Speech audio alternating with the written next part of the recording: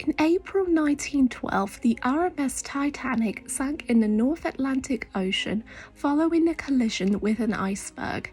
Out of the over 2,200 passengers and crew, only 712 survived.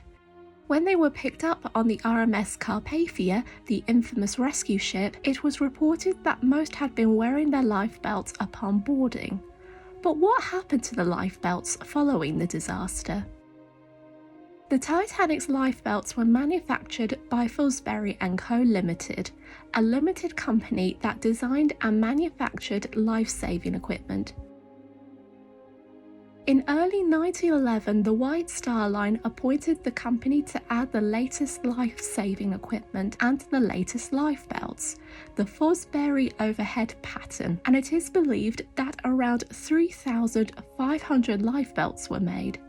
The Fosbery lifebelts were made of linen and cork with ribbon ties. Although these were made to save people, they were dangerous to wear. The lifebelts had been reported to kill people when, while jumping from the Titanic and into the water, their jaws would break and they would lose consciousness. And if there were survivors in the water, many of them decided to cut off their lifebelts to avoid skin irritation. When the survivors were picked up by the RMS Carpathia, all of the Fosbery lifebelts were put into piles on both the deck and in the cargo holds. Upon the orders of Captain Arthur Rostrom, the captain of the Carpathia, most of the lifebelts were cut up and discarded. However, 6 lifebelts survived, and they were found in very unusual places. Physician Doc Frank Blackmar, who was on board the Carpathia, collected one as a souvenir.